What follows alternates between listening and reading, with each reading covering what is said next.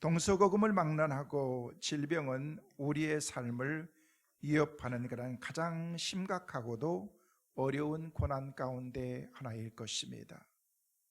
오늘날 여전히 많은 사람들은 질병 가운데 고통하고 있습니다. 나는 건강한데요, 나는 아픈 것이 하나도 없는데요 라고 그렇게 말할 수 있는 분이 계실지도 모릅니다. 그러나 여기저기 따지고 보면은요, 우리 모두는 다 아픔을 가지고 있습니다. 육체적인 질병, 또 여기저기 아픈 것들이 연세가 드셔가면서 더 많은 것들을 이렇게 더 느끼게 되는 것 같습니다. 어른들이 약을 드시면서 목사님 여기도 아파요, 저기도 아파요, 이 약은 뭐예요, 저 약은 뭐예요 하면서도 약을 한 주먹씩 드시면서도 그래도 나름 건강을 위해서 그렇게 열심히 건강을 챙기시는 모습을 볼 수가 있습니다.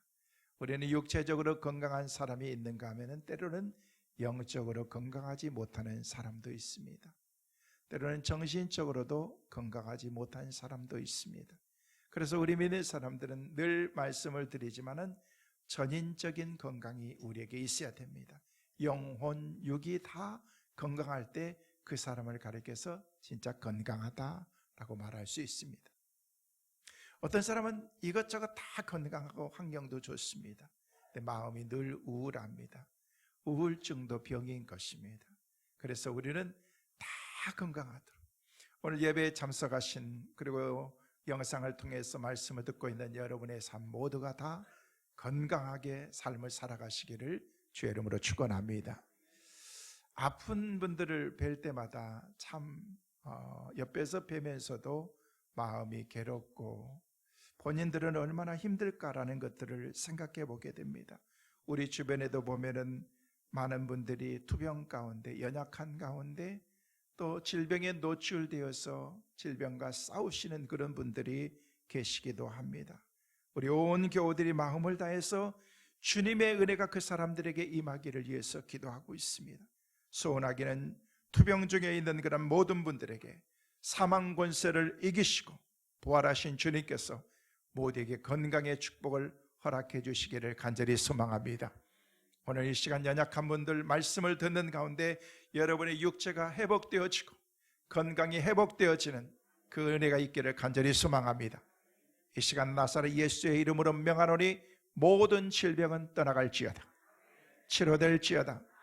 하나님께서 우리의 삶을 치료해 주시고 강건한 은혜로 우리를 붙잡아 주실 줄로 믿습니다. 하나님의 은혜를 사모하는 모든 사람들에게 주시는 은혜가 우리 가운데 있기 때문에 그렇습니다. 오늘날 현대인들의 삶은요, 의학의 발달로 인해서 많은 사람들이 예전과 같지 않게 건강하게 우리의 삶을 살아가기도 합니다. 이전에는 치료받지 못했던 많은 질병들도 이 의료진들의 헌신적인 노력과 수고로 인해서 이제는 고질병이라고 생각되었던 것들을 쉽게 고치기도 합니다. 예전에는 어떤 질병이 걸리면 이제는 이게 끝났구나, 나는 죽겠구나라는 그런 생각을 가졌지만은 요즘엔 그렇지 않습니다. 초기에만 발견하면은요, 어떤 병이든지 다 치료할 수 있는 의학의 발달들이 점점점 이렇게 좋아지게 되어서 이제는요 80, 90, 100살, 이제 요즘 태어난 애들은요 기본으로 100살까지 다 살 수 있대요.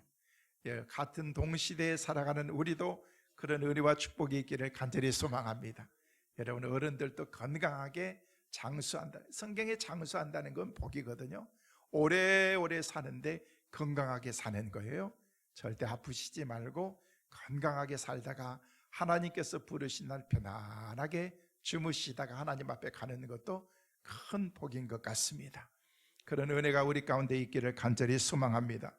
오늘날 수많은 사람들이 질병으로 인해서 건강의 위협을 솔직하게 받고 있습니다.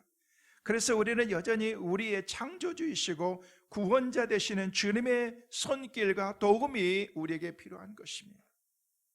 아무리 의술이 발달하고 의학이 발달하고 훌륭한 의사들을 만난다고 할지라도 하나님께서 우리의 삶의 건강을 주시지 않으면요, 우리가 그 은혜를 입지 않으면 우리는 살 수가 없습니다. 저도 나름 참 건강하다는 그런 생각을 가지면서 건강체질이라는 그런 얘기를 들었는데 어느 순간에 아프고 나니까요, 건강에 대한 그런 자신이 많이 없어지는 거예요. 그런데도 긍정적으로 하나님이 내게 건강 주셔서 주님이 주신 사명 다하는 날까지 나는 건강하게 살아야겠다라는 그런 마음으로 늘 살아가는데, 저를 치료해 주시는 주치의가 삼성병원에 대한민국에서 아주 심장 전문의 손가락 드는 그런 그 전문 아주 심장 과장이었습니다. 제 소개로 해서 그분을 만나고 그러는데, 그분이 오랫동안 저를 이렇게 치료해 주시면서 정기적으로 가서 제가 약도 먹고 또 건강도 검진도 받고 그러는데, 얼마 전에 갔는데 저한테 만나면서 그러는 거예요. 목사님, 이제 병원 그만오세요.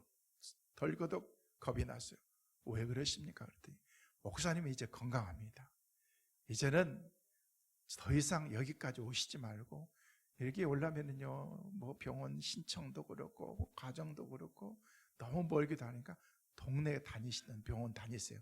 제가 모든 차트를 다 넘겨주고 다 소견서 써줄 테니까 동네 가서 약이나 잘 이제 이렇게 받아서 드시면 되겠습니다.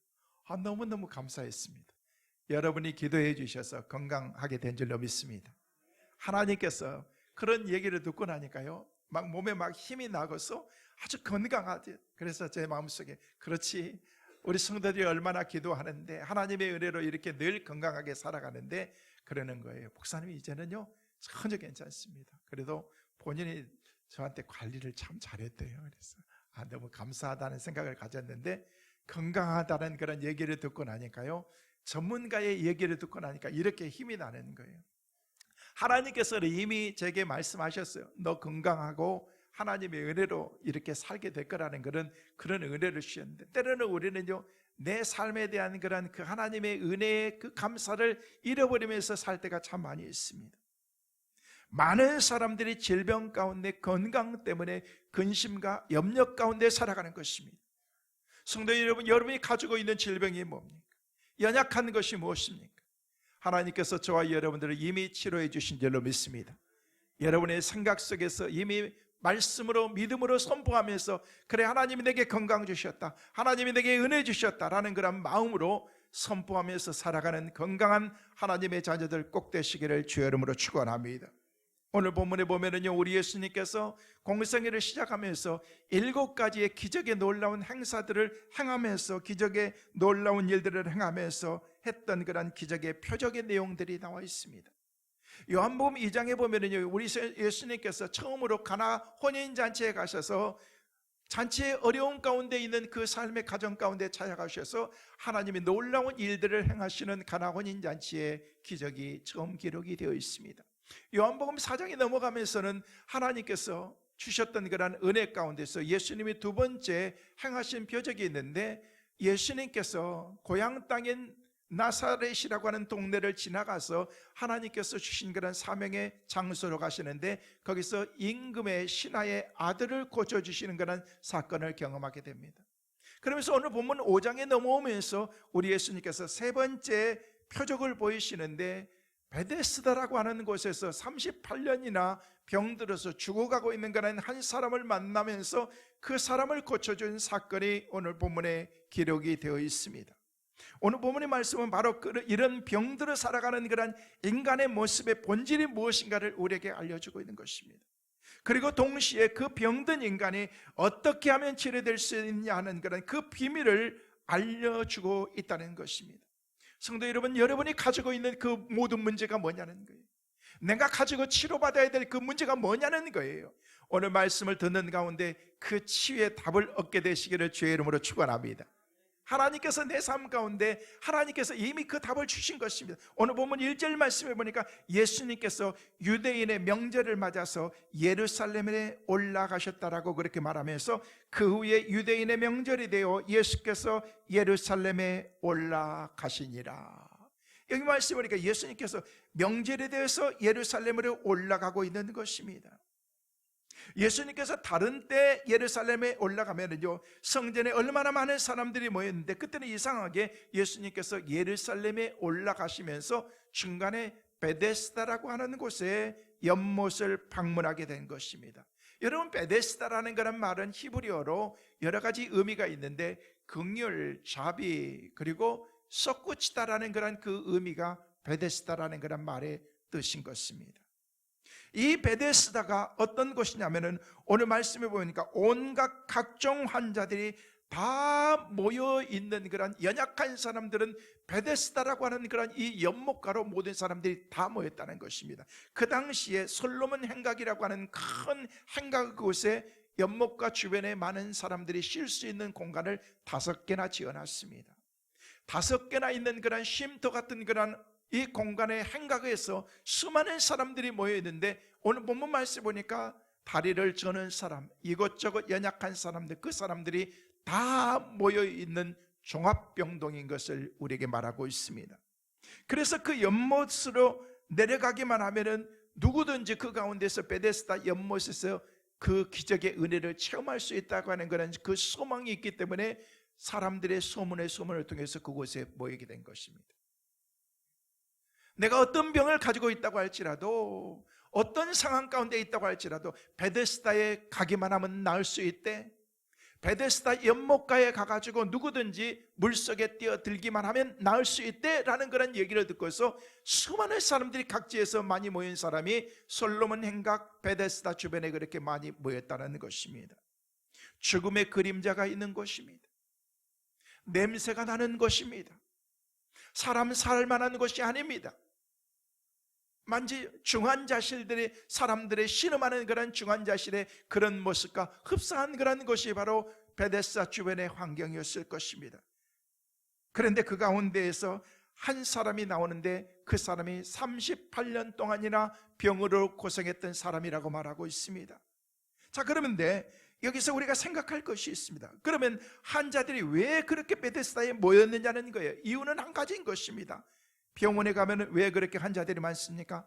아프기 때문에 그렇습니다. 병을 나아야 되겠다고 하는 그런 그 일념 때문에, 내가 살아야 되겠다고 하는 그런 그 일념으로 병원에 찾아간 것처럼 이 베데스다에 모이게 된 것입니다. 베데스다에 그렇게 많은 환자가 모인 이유는 거기에 가면은 내 인생이 새롭게 출발할 수 있다는 그런 그 기대가 있었기 때문이라는 것입니다. 그런데 놀라운 것은요, 안타까운 것은 그곳에서 고침받을 수 있다는 그 생각이 바로 가지고 있었던 모든 사람들의 지식이, 그것은 하나님의 말씀이 아니고 전설이었다는 거예요. 전설. 자, 오늘 보면 3절에서 5절 말씀에 3절 4절 말씀에 보니까 우리에게 그렇게 말씀하고 있습니다. 우리 같이 한번 읽어보실까요? 그 안에 많은 병자, 맹인, 다리 저는 사람, 혈기 마른 사람들이 누워. 자, 여기 말씀 보세요. 많은 혈기 마른 사람들이 누워, 그 다음에 뭐죠? 물에, 물 위에, 물 앞에가 뭐가 있죠? 가로가 있습니다. 가로, 그리고 물의 움직임을 시작. 물의 움직임을 기다리니 이는 천사가 가끔 못에 내려와 물의 움직임을 하는데, 움직인 후에 먼저 들어가는 자는 어떤 병에 걸렸든지 낫게 됨이라. 자, 여기 보니까 어떤 병에 걸리든지 낫게 됨이라 다음에 뭐가 있죠? 가로. 자, 이 말씀 우리 자세하게 봐야 됩니다. 성경에 이렇게 썼으면요, 그냥 그렇게 낫겠지 라고 그렇게 생각하면 이건 잘못된 것입니다. 이게 뭐냐면요, 그건 전설이었다는 거예요. 전설. 천사가 와서 가끔 물에 움직이는데, 물을 움직일 때 제일 먼저 들어가는 사람은 어떤 병에 걸렸든지 낫는데 그래서 물이 언제 동할지 모르기 때문에 그 물이 동하는 그것만 보고 있었던 것입니다. 그것을 보는 순간 그 가운데서 어떤 사람이든지 막 뛰어들어가서 제일 먼저 들어간 사람은 거기서 낫게 돼.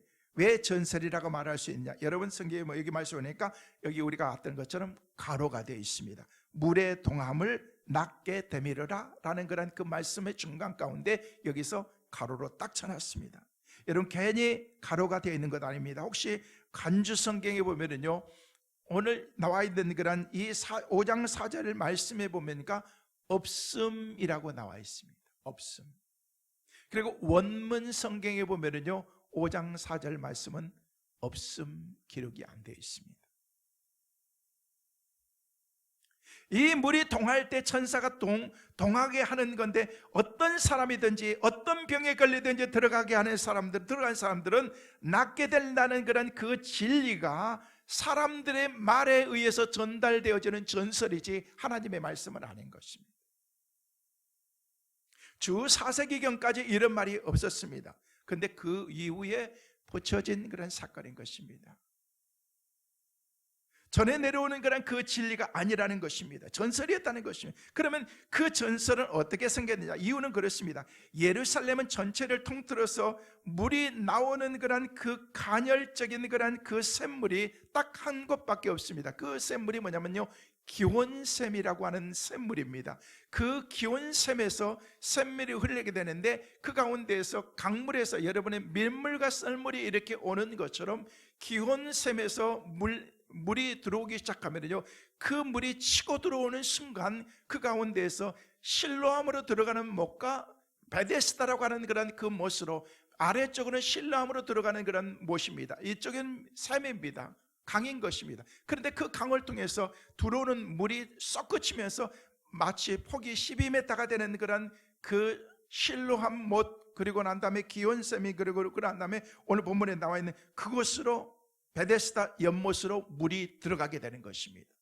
들어가면서 그 물이 솟구치는데, 솟구치는 물이 보통 4시에서 10시가량 솟구치는데, 하늘 높이 솟구치는 힘이 대단하게 되는데, 그러면서 베데스다라고 하는 그런 그 못까지, 실로암의 못까지 물이 막 찰랑찰랑 하게 되는 것입니다. 사람들은 생각하게 된 거예요. 베데스다라고 하는 곳에 물이 막 움직이기 시작하는 거지, 이것은 천사가 내려와서 움직이는 거다. 그래서 누구든지 그 시간에 내려가기만 하면은 누구든지 낫겠다라는 그런 생각을 갖습니다. 무슨 원리냐면요, 여러분 미국에 가면은요 꼭 여행하는 곳이 있습니다. 잘 안 가기도 하는데 꼭 가야 될 곳이 있는데, 저 유타주에 가면은요 엘러스톤이라고 하는 곳이 있습니다. 엘러스톤에 가면은요, 거기는 그냥 1년 365일 동안 계속해서 화산이 막 들끓습니다. 저기 가면은요 막 계란 노른자 냄새가 얼마나 심하게 되는데, 그런데 그곳에서 보면은요 대략 69분에서 70분 사이에 매 시간마다 솟구치는 저 화산물이 있습니다. 아주 뜨거운 물이 솟구치는데, 그 시간에 맞춰서 관광객들이 그 주위에 다 모이기 시작하고 그 병을 통해서 사진을 찍습니다. 저도 한 2번 갔습니다. 근데 그곳에 가면은요 무려 60m, 70m 되는 그런 그 솟구치는 물이, 화산물이 그냥 1시간마다 거의 이렇게 나오게 된다는 것입니다. 그 압력은 대단한 것입니다. 마치 기온샘에서 치고 올라오는 그 물이 바로 베데스다로 막 쫙 뻗치게 되고, 그리고 난 다음에 실로암이라는 그런 곳으로 뻗치게 되는데, 그때 물이 움직이기 시작하는 것입니다. 사람들은 얘기합니다. 이것은 천사가 움직이는 거야. 천사가 움직일 때 누구든지 뛰어들어가면 그곳에서 나올 수 있다는 그런 그 기대와 생각을 가지면서 각 지역에 있는 모든 환자들이 거기서 모여가지고 그곳이 종합병동이 되게 된 거예요. 그래서 여기저기 아픈 사람, 이곳저곳 아픈 사람들이 다 모였다는 것입니다. 여러분, 전설은 전설인 거예요. 여러분, 전설이라는 것은요 옛날에 그랬던 것이었다. 여러분들, 제가 어렸을 때 전설의 고향은 왜 그렇게 좀 초저녁에 하면 좋을 건데, 꼭 늦은 밤에 전설의 고향을 해가지고 그냥 막 입에다 케찹 물고 막 머리 풀고 나와가지고 그냥 갑자기 내 다리 내놔라 하면서 막 나오면은요, 그날 밤에는요 화장실도 못 가고 막 쫄쫄 쫄아가지고 힘들었던 그래. 제가 나중에 생각했던 게, 전설의 고향이 있는 밤에는요 이른 저녁부터 물을 안 마시는 거예요. 할 수 있으면 화장실을 안 가려고. 왜냐면은요 그 무서워. 한번 그게 이게 그러네요. 그래서 마지막에 저기 경상북도 어디에서 계속해서 전해왔던 이야기였던 것이었다, 믿거나 말거나 그런 얘기를 하는 거예요. 이게 전설이라는 거예요. 여러분 그런 게 한번 무서우면은요, 한번 사람이라는 게 한번 무서운 병에 걸리면은요 참 이게 오래 갑니다. 미국에서 제가 목회하면데 종종 장례식이 나는데요, 아무래도 장례식이 나가지고 이렇게 그날부터 저녁에 이제 입관 예배를 저녁에 하게 되는데, 사람들이 이렇게 쫙 성도들이 모이고 지인들이 다 모이는데, 이제 조문객들은 뒤에서 이렇게 입구에서 쫙 앞에서부터 앉게 되는데, 집례자는요 저 뺑 돌아가가지고 후문 쪽으로 해가지고, 후문 이게 집례자 대기실이 있습니다. 집례자 대기실에서 칸이 하나 있고 그 앞에 파이프 오르겐이 있고, 거기서 반주를 하게 되면요 시간이 딱 되면은요 거기서 들어가게 되는데, 그날따라 비가 오고 그러는데 좀 의사한 그런 가운데인데, 한쪽에 가는데 오른쪽 문이 활짝 열려 있는 거예요. 그냥 지나가면 되는데 문이 열려 있으니까 한번 살짝 봤는데요, 거기에 간들이 쫙 있는데 간들이 다 열려 있는데, 누워있는 그 모습을 보면서 소름이 갑자기 끼쳤는데요, 그때부터 막 무서운 게 일이 들어가가지고요, 아무 생각이 없는 거예요. 어떻게 할지 그래요. 그래서 입장해야 될 그 시간도 안 됐는데 미리 입장했어요. 제가 그냥 거기 있기가 너무 무서워가지고. 그런데요, 그 뒤에 한 두 번 정도도 장례식장 거기 가면은요 너무 무서운 거예요. 제 상남자가 무섭다는 얘기는 할 수 없고, 그래서 저희 아내에게 여보, 당신은 좀 이따 천천히 들어가지, 나하고 같이 저기서 대기실에서 있다가 하지. 나는 여기 안 간다고 그렇게 하면서 하는데도 제가 얘기했어요. 같이 있다가 나 입장하고 나면 당신 가라고. 한 두 번까지 그러는데 나중에 안 간다고 그러더라고요. 그래서 왜 그러냐면 난 너무 무서워가지고 이렇게 저렇게 해가지고 관 뚜껑 열려있는 걸 보고 난 다음에는요, 난 너무 이렇게 뚜껑이 열려가지고 난 힘들었다고. 그래서 한번 무섭고 나니까요, 이게 별게 다 뭐 보고 놀란 것은 뭐 자라 보고도 놀란 것은 뭐 소뚜껑 보고도 놀란다고 그렇게 얘기하는 것처럼 이게 있더라고요. 여러분, 전설 가운데 내려온 그런 얘기가요, 우스운 얘기인 것 같지만요, 이건 사실 무서운 거예요. 무서운 거예요. 여러분, 말을 통해서 전달되어지는 그 일들을 통해서 많은 사람들이 내가 살겠다고 하는 그런 그 일념 하나를 가지고 이곳에 많은 사람들이 이렇게 모였다는 것입니다. 정말 그런데 중요한 것은 여러분, 전설은 추적해 들어가다 보면요, 따지고 보면 다 말도 안 되는 일들인 거예요. 더군다나 이 베데스다 이야기는요, 실감나는 이야기는 하는데, 그게 뭐냐면요, 물이 동할 때 제일 먼저 들어가는 사람은요, 거기 모인 사람 가운데서 제일 여러분 건강한 사람, 여러분 그림을 한번 보시겠습니까? 베데스다라고 하는 그런 그 연못에 내려가기 위해서는요, 그냥 내려가는 게 아니고 계단을 통해서 쭉 내려가야 되는 거예요. 쭉 내려가고 난 다음에 그곳에서 물이 동하는 그곳에 제일 먼저 들어가는 사람이 거기서 낫게 된다는 거예요. 그러면 거기까지 내려가는 38년 된 잘 걷지도 못하고 기어가는 그런 사람이 어떻게 그 가운데 1등으로 내려갈 수 있겠느냐는 거예요. 못 가는 거예요. 거기에서 제일 먼저 뛰어갈 수 있는 사람은요, 이미 다 나은 사람이나 다름이 없는, 그러고 난 다음에 제일 먼저 내가 1등이지 하고 붕덩 들어갔습니다. 그리고 나와서 나는 이제 나았다라고 얘기하면서 집으로 가는 거예요. 이게 그들의 삶의 어떤 과정이라는 거예요. 이 사람은 그랬을 것입니다. 38년 동안 매번마다 움직일 때마다 움직였지만 무릎 다 까지고 그렇게 포복으로 갔지만은요, 중간도 못 가서 게임 끝난 것입니다. 돌아오면서 그랬을 거예요. 이거 뭐요?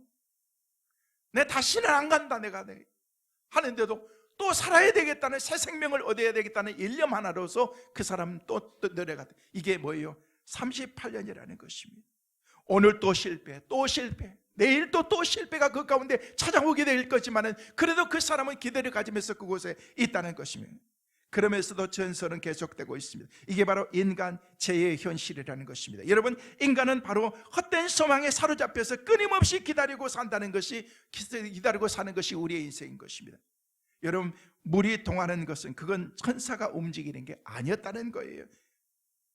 거기 들어간다고 낫는 것이 아니라는 것입니다. 근데 물이 동할 때 들어가기만 하면 그러면 나을 것이라고 하는 그런 헛된 소망, 이것이 바로 끝없이 살아가는 그런 인간들의 소망이고 우리의 삶의 현실이라는 것입니다. 제가 어렸을 때 많이 들었던 얘기가 뭐냐면, 허장강 씨, 여러분 얘기 들어보시죠. 젊은 사람들은 잘 모를 거예요.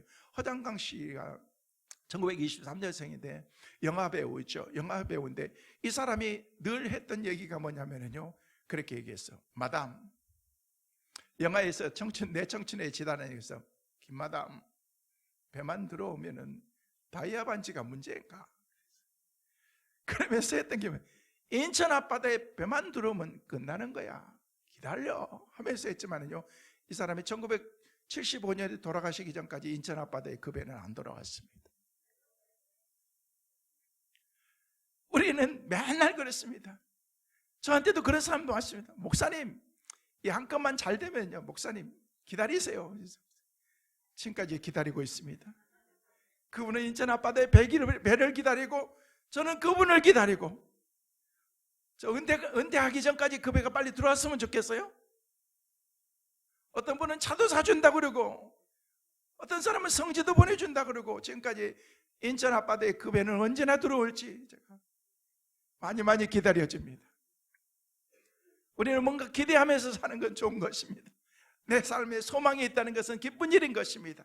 근데 허망한 것을 붙잡으면서 전설 같은 얘기를 붙잡으면서 살아가는 그 인생은요, 나중에 아무리 기다려도 75년이 지났는데도 내 삶 가운데 이루어지지 않았던 어장강 씨의 그 삶의 그 말처럼 인천 앞바다는 배는 안 들어올 수 있는 것입니다. 인천 앞바다의 배는 어떤 사람에게 들어온 줄 아십니까? 큰 것, 이 건 하나만 터지면, 이 하나만 내 삶 가운데서 터지면이라고 하는 사람에게는 절대 들어오지 않습니다. 작은 것을 성실하게 오늘을 살아가는 그런 사람들에게 바다는 서서히 내 삶 가운데에서 배를 띄워주고 내 삶 가운데 오게 된다는 것입니다. 여러분, 우리 삶 가운데에서 내게 주신 그런 빡빡한 인생을 살아감에 있어서 너무 큰 것을 바라지는 마십시오. 하나님께서 작은 일부터 시작해서 작은 것에 충성된 사람에게 큰 것을 맡기신다고 말씀하신 하나님, 작은 것부터 내 삶에 성실하게 살아가는 사람에게 내 삶에 주어지는 것이 많이 있게 된다는 것입니다. 여러분 아십니까? 인천 항구에 배는 잘 들어오지 않는다는 것을요, 그게 제 가운데 살아가는 인생의 본질이라는 것입니다. 저는 그런 사람들을 지금까지 많이 보았기 때문에 그렇습니다. 이거 하나만 잘 되면 터지기만 하면요, 그게 언제 터질지 아무도 모릅니다. 본인도 모르기 때문에 터지기만을 기다렸는데, 여러분, 하나님께서 그것을 터뜨려 주셔야 되고, 하나님께서 그냥 밀물을 싹 밀어 주셔야지 배도 들어올 수 있는 것입니다. 그냥 텅텅 비어가지고 갯벌이 다 보이는데 어떻게 배가 들어올 수 있겠느냐는 거예요. 은혜가 하나도 없는데 그 삶 가운데서 하나님의 망망대해 떠있는 그런 은혜의 배가 어떻게 내 삶 가운데 들어올 수 있겠느냐는 거예요. 사랑하는 성도 여러분, 성실하게 삶을 살아가시길 바랍니다. 큰 것을 바라지 말고 마치 꿈을 안고서 불빛 찬란한 그런 도박장으로 향해 가는 그런 인생을 사는 사람들에게는 아무것도 주어지지 않습니다. 저는 수없이 많이 봤습니다. 그냥 휘황찬란한 그런 라스베가스라고 하는 곳에, 도박의 도시에 그냥 꿈을 안고 갑니다. 돈을 가지고 가면서 내가 이번에 한번 뭔가를 해보겠다고 하는 그런 사람들, 그 사람들은 다 망하게 되어 있는 것입니다. 여러분, 장난 삼아서도 하지 마세요. 저는요, 라스베가스를 손으로 셀 수 없이 많이 갔습니다. 저는요, 도박 자체를 별로 좋아하지 않습니다. 저희 집사람은 솔직히 좀 좋아합니다. 장난 삼아서 하긴 하는데 막 그 도박은 아니고 그냥 동전 넣고서 하는 것을 우리 집사람은 막 즐겨하더라고. 보니까 한 번은 크게 따가지고 여행하고도 남은 적이 있습니다. 여러분, 시험 들지는 마십시오. 저는 안 했습니다. 장난 삼아서도 하면 안 됩니다. 망하게 되어 있습니다. 부푼 꿈을 가지고 살아가지만은요, 행하지만은요, 절대 그 삶이 내 삶 가운데서 뭔가를 주는 것이 아니라는 것입니다. 내려갔다가 또다시 실패하고 올라올 때 그 좌절감과 거절감은 누가 이해해 줄 수가 있겠습니까? 똑같은 것입니다. 배가 들어오지 않기 때문에 인생이 되지를 않습니다. 여러분, 그렇게 그곳에서 좌절하면서 계속해서 낙심하면서 살아가는 것이 바로 우리의 인생이라는 것입니다. 죽으라고 내려갔더니, 굴려서 내려갔더니, 무릎 다 까지고 내려갔더니 다른 사람이 먼저 가서 벌써 올라오고 있습니다. 그때 우리가 갖는 마음이 뭐냐는 거예요. 여러분, 분명히 가서 배를 만났는데 가서 까보니까 빈 배였습니다. 나하고는 상관이 없는 배였습니다. 그때 찾아온 것이 우리의 삶 가운데 좌절이라는 것입니다. 그 삶 가운데서 힘들고 어려운 그런 일들을 만날 때마다 점점점 힘들고 어렵습니다.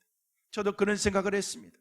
오래전에 가지고 있었던 그런 생각 가운데 지금은 유학 가기가 그렇게 어렵지는 않습니다. 근데 제가 30여 년이 지난 그때 유학 가는 것은 사실 쉽지 않았습니다. 서류도 너무너무 복잡하고 그래서 제발 유학 비자만 빨리 나오면 되겠다라는 그런 생각을 가지면서 부푼 꿈을 가지고서 떠나면은요, 햄버거와 함께 기쁨과 행복이 올 줄 알았습니다. 근데 아니었습니다. 사람 사는 것은 다 똑같습니다. 미국이든 카나다든 아프리카든 한국이든 시골이든 도시든 상관하지 않고 내가 사는 것이 제일 좋은 것 같습니다. 하나님께서 주신 그런 은혜 가운데서 자족하면서 만족하면서 감사하면서 살아야 되는데 우리는 그렇지 못하고 있습니다. 연약한 가운데 살 수도 있습니다. 내가 거하는 곳이 38년 된 병자가 있는 그런 베데스다 연못가의 그냥 종합병동과 같은 그런 삶일 수도 있다는 것입니다. 어쩔 수 없는 것입니다. 만약에 하나님께서 내 삶에 그런 것을 허락하셨다면 하나님 내게 주신 그런 하나님의 은혜를 바라보면서 하나님께 감사하면서 살아야 되는 것이 바로 우리의 삶이라는 것입니다. 우리는 아무리 기다려도 뭐가 오긴 뭐가 옵니까? 아무것도 오지 않습니다. 평생을 기다려도 오지 않을 수도 있는 것입니다. 아니 기다리지도 않았는데 내 삶 가운데 막 찾아오는 그런 호박이 넝굴지 막 굴러오는 그런 복이 있을 수도 있다는 것입니다. 그 사람의 복인 것입니다. 하나님의 은혜에 감사하면서 살아가시길 바랍니다. 여러분, 인간이라는 것은 본질상 죄를 가지고 있기 때문에 그렇습니다. 오늘 본문에 나와 있던 그런 38년 된 병자 14절 말씀이 오니까 그 후에 예수께서 성전에서 그 사람을 만나 이르시되 보라 네가 나았으니 더 심한 것이 생기지 않게 다시는 죄를 범하지 말라. 이 얘기는 뭘 얘기하고 있습니까? 이 사람은 죄를 범했다는 거예요. 죄인이라는 것입니다. 본질상 진노의 자녀지만 우리 주님께서 말씀하시기를 이제는 더 큰 죄를 짓지 마라. 더 큰 병에 걸리기 전에 네가 죄 짓지 마라 라고 그렇게 주님이 마지막으로 지적하시면서 오늘 말씀을 끝내고 있습니다. 여러분, 죄의 결과가 뭔 줄 아십니까? 죄는 삶을 다 블락킹시킵니다. 내 삶을 다 막는 것이 죄인 것입니다. 여러분, 질병이라는 것이 내 삶의 모든 것을 막는 것입니다. 면역 체계를 막는 것입니다. 망가뜨리는 것입니다. 그러면서 내가 병을 얻게 된다는 것입니다. 마음껏 왕래하고 피가 통하고 이 관계가 원만해지는 간의 삶 가운데 하나님의 복이 임하는데 때는 우리가 그렇지 못합니다. 사람들과의 관계도 그렇습니다. 원만한 그런 관계를 가져야 되고 또 주신 그런 은혜에 감사하면서 기쁘게 우리의 삶을 살아야 되는데 그렇지 못하고 있다는 것입니다. 오늘 본문에 나와 있는 38년 된 이 사람은 거의 almost 40년, 이것은 한 제너레이션을 얘기하고 있는 것입니다. 한 세대를 그 삶 가운데서 병과 싸우면서 살았다는 것입니다. 고통 가운데 살았던 삶인 것을 우리에게 말하고 있는 것입니다. 그 삶을 살았던 그 삶에 가지고 있었던 대안이 뭐였습니까? 베데스다였습니다. 전설이었습니다. 전설같이 전해오는 그런 이야기 가운데 내가 주인공이 되기만 하면 내 삶 가운데서 기적이 일어날 것이라고 하는 그런 생각이 있었다는 것입니다. 그러나 전설은 아무리 그 사람에게 주어진다고 할지라도 배를 만난다고 할지라도 그것은 빈배라는 것입니다. 우리는 소망 가운데에서 하나님 내가 이것만 내 삶 가운데서 잘 되기만 하면은 내 삶 가운데서 잘 될 것 같은데 하나님, 여러분 우리가 본질이 바뀌지 않으면은요 아무리 포장지를 바꿨다고 해서 내용물이 달라진 것 아닙니다. 여러분 포장을 아무리 예쁘게 한다고 해서 쓸모없는 물건이 갑자기 번쩍거리는 금으로 바뀌어버린 건 아닙니다. 우리의 인생은 그렇지 않습니다. 아무리 고상하게 잊고 있어도 본질적으로 죄에서 나온 이야기, 헛된 것에 집착하다 보면요 망가진 사람의 이야기는요 별 다를 바가 없습니다. 이 사람이나 저 사람이나 나나 여러분이나 모두가 다 똑같은 사람이라는 것입니다. 그래서 하나님께서 우리 가운데 주신 그런 은혜가 필요하다는 것입니다. 이 은혜가 아니면 살 수 없기 때문에 그렇습니다. 우리 인생에 우리는 그런 생각을 갖습니다. 하나님, 내가 졸업만 하면은, 내가 취업만 하면은, 내가 결혼만 하면은, 내 삶 가운데 이 문제, 내가 건강만 회복하면은 될 것이라는 생각을 갖습니다. 택도 없습니다. 여러분이 결혼한다고 행복합니까? 여러분이 시집간다고 여러분이 만족합니까? 여러분이 좋은 것을 얻는다고 해서 그 삶의 만족함이 내 삶 가운데 있느냐는 거예요. 일시적으로, 한시적으로는 내 삶 가운데 있을지도 모릅니다. 이건 근본적인 것이 아니기 때문에 그런 것입니다. 주님이 여러분 가운데 찾아오시면은요 마치 주님께서 가나온 인자지에 찾아가고 왕의 신학을 찾아가셨고 오늘 38년 된 명자를 찾아가신 것처럼 저와 여러분의 삶 가운데 주님이 찾아오시면 우리의 삶이 변화될 줄로 믿습니다. 가정이 변화될 줄로 믿습니다. 한국교회가 변화될 줄로 믿습니다. 우리의 민족 가운데 주님이 찾아오셔야 되는 것입니다. 뿐만 아니라 우리가 주님을 찾아가야 되는 것입니다. 주님을 찾는 순간, 주님을 만난과 주님과 더불어서 함께하는 그 순간부터 우리의 삶 가운데에서 갈등과 분노와 피곤과 좌절은 다 사라지게 될 것입니다. 이 38년 된 병자에게 갖는 것은 피곤이었고 갈등이었고 그리고 난 다음에 분노였습니다. 앵거였습니다. 왜? 아무리 노력해도 안 되기 때문에. 저 인간들은 왜 이렇게 빨린 거야? 라고 얘기하면서 막 온몸이 다 깨지면서 갔지만은요 항상 2등 꼴등밖에 하지 않았습니다. 고침받을 수가 없는 것입니다. 설령 그곳에 들어간다고 할지라도 그것은 전설이지 하나님의 기적의 장소는 아니라는 것입니다. 성도 여러분, 때는 우리가 인생을 살아갈 때 얼마나 힘듭니까? 내 삶 가운데에서 건강만 하고 나도 뛰기만 하면은 여러분이 뛴다고 여러분이 행복할 수 있겠느냐는 거예요. 여러분의 자녀들이 취직만 잘하고 여러분의 자녀들이 결혼만 잘하면 행복할 수 있겠느냐는 거예요. 택도 없습니다. 여러분이 인간의 삶의 갈망은요 아무리 마셔도 갈증을 일으키는 그런 소금물과 같은 것이기 때문에 그렇습니다. 영적인 생수를 주님께서 마시는 사람들은 영원히 목마르지 아니라고 말씀하셨던 그 생수를 마셔야 되는 것입니다. 이 자리가 생수를 마시는 축복의 자리인 줄로 믿습니다. 말씀이 여러분의 삶을 살리게 될 줄로 믿습니다. 하나님의 은혜 가운데서 우리가 은혜로 살아가는 그런 삶을 우리가 살아야 된다는 것입니다. 여러분, 노력으로 살아가는 사람과 은혜로 살아갈 사람이 있습니다. 오늘 본문에 나온 38년 된 병자는 노력으로 살아가는 사람이었습니다. 은혜 있는 사람이 아니었습니다. 그래서 예수님도 모르는 것이었습니다. 예수님을 알았다면 이렇게 행동하지도 않았을 것입니다. 놀라운 일들은 뭔 줄 아십니까? 그의 삶의 결론은 좋지 않았다는 것입니다. 왜? 고침을 받았는데 왜 좋지 않냐? 성경에도 고침받은 사람들은 수없이 많습니다. 10명의 문둥병자들이 예수님을 만나서 고침을 받았습니다. 너무너무 기뻐가지고 모든 사람들은 다 도망갔습니다. 그런데 그 가운데 한 사람만 예수님께 쫓아와가지고 너무너무 감사합니다, 이 은혜를 어떻게 갚습니까? 했을 때 우리 주님께서 플러스 알파 너의 삶 가운데 구원이 있을 것이다. 이 사람은 육체만 고침받는 것이 아니라 영혼까지 구원받는 은혜가 있게 된 줄로 믿으시길 바랍니다. 여러분, 하나님의 은혜 가운데 이 사람은 고치고 난 다음에 이 사람은 떠났습니다. 그런데 중요한 것은 그날이 안식일이었습니다. 유대인들이 얘기합니다. 너 종합병동에 있었잖아. 나왔는데요? 어떻게 나왔어요? 어떤 분이 나 고쳐줬는데요? 그래서 지금 들 것을 가지고 가고 있는데요. 야, 오늘 무슨 날인 줄 알아? 안식일인데? 너 죄진 거야 라고 얘기했을 때 나는 몰라요. 그분이 가라 그래서 가고 들고 와라 그래서 낫고 한 것밖에 없는데요 라는 그런 얘기를 한 것입니다. 유대인들이 얘기합니다. 그놈이 누구야? 모르겠는데요? 가보자. 예수님께서는 벌써 여기 말씀해 보니까 뭐라고 말씀하셨어요? 13절, 고침을 받은 사람은 그가 누구인지 알지 못하니 이는 거기 사람이 많으므로 예수께서 이미 다른 곳으로 가셨다, 피하셨다라고 얘기하지만 그들이 무서워서 피한 게 아닙니다. 예수님께서는 다른 곳으로 이미 가시고 난 다음에 안 계신 것입니다. 유대인들이 막 열이 받았습니다. 오늘은 무슨 날인데 병자를 고치는 거야? 오늘은 무슨 날인데 이 들것을 두고 가게 하는 거야? 하면서 얘기했을 때 아니, 나는 몰라요. 그분이 하라고 해서 한 거예요. 가라고 해서 간 것밖에 없는데요 라고 하면서 이미 모든 것이 끝났습니다. 그리고 난 다음에 얼마 지나고 난 다음에 회당에서 예수님을 만나게 됩니다. 그러면은요, 그때 예수님인 줄 알았으면은요, 이 사람이 어떻게 되는 거예요? 예수님 감사해요. 내가 그때는 정신이 없어가지고 나와가지고 그냥 막 팔딱팔딱 뛰면서 기뻐가지고 인사도 못하고 갔는데 이게 어떡하죠? 하면서 감사를 해야 되는데 이 사람이 어떻게 했는가를 오늘 7절 말씀에 보면 한번 보실까요? 예, 한번 같이 한번 보십니다. 병자가 대답하되 주여, 물이 움직일 때 나를 못에 넣어줄 사람이 없어서 내가 가는 동안에 다른 사람이 먼저 가나이다. 자, 예수님께서 네가 낫고자 하느냐라고 얘기했을 때 이 사람은 동문서답했어요. 동문서답했던 그런 사람이 나중에는요 뭐라고 얘기한 줄 아십니까? 마지막 절 16절 말씀에 보니까 우리에게 그렇게 말씀하십니다. 16절 말씀 같이 보십니다. 그러므로 안식일에 이러한 일을 행하신다 하여 유대인들은 예수를 박해하게 된지라. 자, 예수님인지 몰랐어요. 나중에 보니까 예수님이었어요. 유대인들에게 했어요. 선생님, 나 고쳐준 사람이 저 사람인데요. 저 사람이에요, 저 사람. 얘기하면서 그 사람을 예수님을 그 사람들에게 고발하는 거예요. 마치 예수님의 12제자 가운데서 가룟 유다가 예수님을 은심 30냥에 팔아버린 것처럼 이 사람은 그렇게 했다는 거예요. 너무 슬픈 일 아닙니까?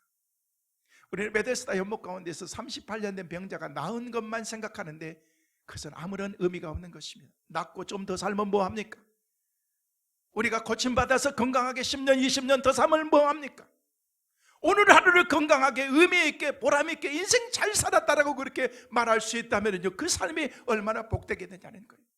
저는 저나 여러분의 삶이 그런 의미 있고 복된 삶이 되시기를 간절히 소망합니다. 70, 100살 사는 것이 중요한 게 아니라는 것입니다. 하나님 앞에서 그 인생 진짜 멋있다, 저도 그렇게 살고 싶어요. 저는 욕심이 없기 때문에 막 굵게 막 그렇게 살고 싶지 않고 저는 길게 굵게 살고 싶어요. 제가 몇 살까지는 얘기하고 싶지 않아요, 여러분. 할렐루야. 여러분도 그렇게 살 수 있기를 바랍니다. 이왕이면 건강하게 하나님이 주신 은혜 가운데서 누가 그러더라고요. 무슨 이승은 마늘 똥밭에서도 굴러도 좋으니까 이승에서 사는 게 좋다. 저는 그런 마음은 없습니다. 여러분, 왜 똥밭에서 굴립니까? 교회에서 열심히 신앙생활하다 가야죠. 할렐루야. 건강하게 살면. 근데 이 사람은요, 그 결말이 별로 좋지 않습니다.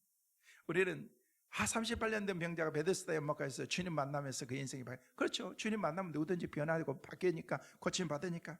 그런데 고침 받은 것으로 끝나면은요, 그건 별로 의미가 없습니다. 말씀을 드린 것처럼 이 사람은요, 노력으로 사는 사람이었기 때문에 내 노력으로 때로는 아무리 노력해도 안 되는 일이 있습니다. 이루려고 해도 안 되는 것이 있습니다. 근데 많이 노력하지도 않았는데 하나님께서 자연스럽게 막 되어가는 그런, 이게 뭔지 아십니까? 은혜인 것입니다. 은혜. 저는 저와 여러분의 삶 가운데 이 은혜로 충만하시길 바랍니다. 여러분의 가정에 은혜가 임하면, 자녀들에게, 남편에게, 그리고 아내에게, 부모에게 은혜가 임하면 모든 것이 막 합력하여 선을 이루고 잘 되어지는 은혜가 있게 될 줄로 믿습니다. 말씀을 정리합니다. 성도 여러분, 너무 초조하게 삶을 살아가지 마십시오. 너무 여러분들이 제가 노력하고 힘쓰고 애쓰지 말라는 것이 아닙니다. 인간적인 방법으로 살려고 하지 마십시오. 노력의 사람이 되지 말고 은혜의 사람이 되십시오. 물론 최선을 다해서 열심히 일을 해야 됩니다. 그러나 거기에 은혜가 임하지 않으면 아무런 의미가 없는 것입니다. 여러분, 전설 같은 건 너무 따라가지 마십시오. 여러분, 인천 앞바다에 배 들어온 건 너무 기대하지 마십시오. 그 배는 쉽게 들어오지 않습니다. 여러분이 오늘 최선을 다해서 성실하게 하나님 앞에서 주신 그런 은혜의 삶을 살아갈 때 하나님께서 여러분에게 더 큰 은혜를 주실 줄로 믿습니다. 그때 우리는 감사와 감격 속에서 살아가게 될 것입니다. 기쁨으로 살아가게 될 것입니다. 이번 한 주간도 은혜의 삶을 살아가는 은혜의 성도들, 하나님의 자녀들 꼭 되시기를 주의 이름으로 축원합니다.